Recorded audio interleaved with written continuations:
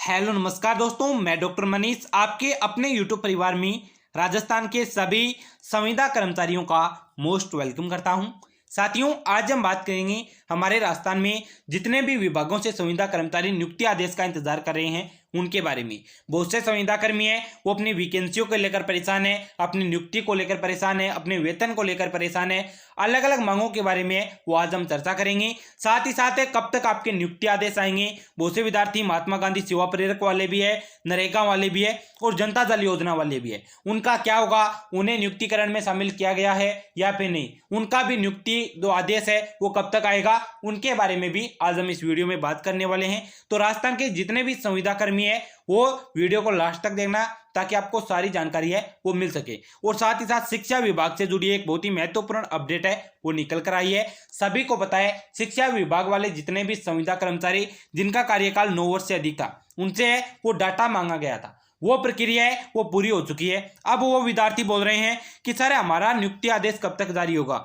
सरकार जो कर रही है, सरकार जो करवा रही है वो हम कर रहे हैं, हमसे डाटा मांगा गया था वो हमने दे दिया, अब हमारे नियुक्ति आदेश का क्या होगा। अब जो प्रक्रिया है वो किस लेवल से चल रही है उसके बारे में आपको कंप्लीट जानकारी है वो मैं इस वीडियो में देने वाला हूं, इसलिए वीडियो को लास्ट तक वॉच करना ताकि आपको सारी जानकारी एक ही वीडियो में मिल सके। जैसा कि मैंने आपको पहले भी संविदा कर्मचारियों से संबंधित सारी ऑफिशियली जानकारी है वो दी है। और साथ ही साथ टेलीग्राम चैनल को भी आप ज्वाइन कर लेना ताकि हमारे विभाग के द्वारा, हमारी सरकार के द्वारा कोई भी अपडेट आए, कोई भी नोटिस या विज्ञप्ति जारी हो तो हमारे टेलीग्राम चैनल के माध्यम से वो आप सभी को पता चल सके, जिसकी लिंक मैंने वीडियो के डिस्क्रिप्शन बॉक्स में दे दी है। अब बात करते हैं नियुक्ति आदेश को लेकर।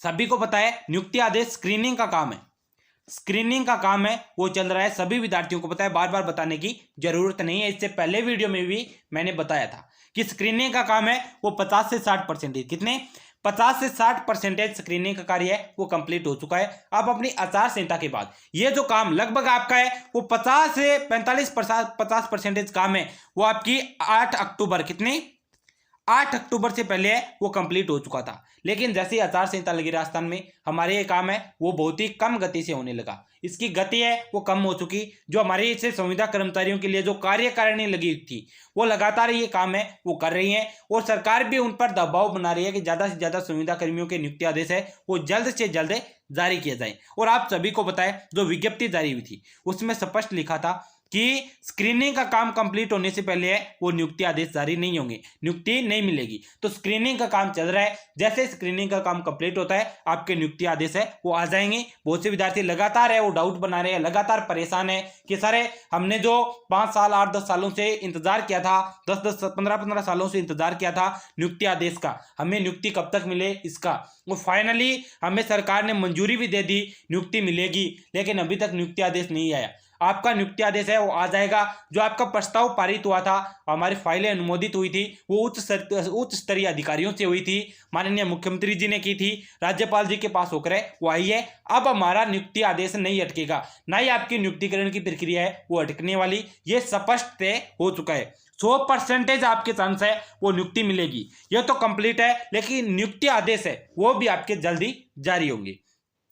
अब बात करते हैं सरकार क्या कर रही है, संविदा कर्मियों के लिए सरकार है वो क्या कर रही है। बहुत से विद्यार्थी ये भी बात बोल रहे हैं कि सरकार ऐसे ही बेवकूफ बना रही है, सरकार से कुछ नहीं होगा। तो सरकार ने अपना काम कर दिया, सरकार ने आपको मंजूरी है वो दे दी है, आपके नियुक्ति आदेश है वो जल्दी जारी होंगे। सरकार ने नियमितीकरण की प्रक्रिया में लगभग राजस्थान में 9 विभागों के, कितने 9 विभागों के संविदा कर्मियों को है वो नियुक्तिकरण की प्रक्रिया में शामिल कर लिया। और आचार संहिता का क्या प्रभाव, आचार संहिता का आपको थोड़ा इसमें प्रभाव है वो देखने को मिला है, क्योंकि आपका जो कार्य है जिस गति से आचार संहिता से पहले हो रहा था, क्या आचार संहिता से पहले जो कार्य चल रहा था उसी हिसाब से ये कार्य अब नहीं हो रहा। इसमें थोड़ा आपको विराम देखने को मिला है, इसमें थोड़ा लेट, आपको टाइम थोड़ा लग सकता है, लेकिन आपको नियुक्ति मिलेगी। अब बात करते हैं अपने और विभागों के।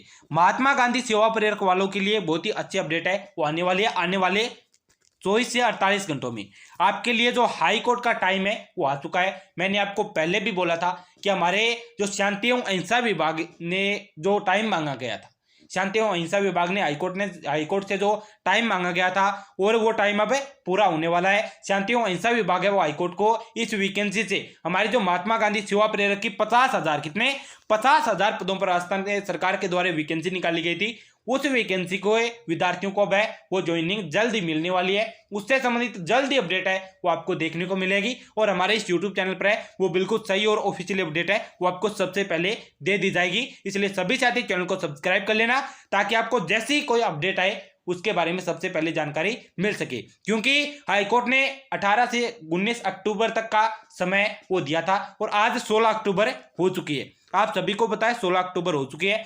अब बचते हैं 3 दिन, 17, 18, 19 अक्टूबर से पहले पहले आपका सारा काम है वो हो जाएगा।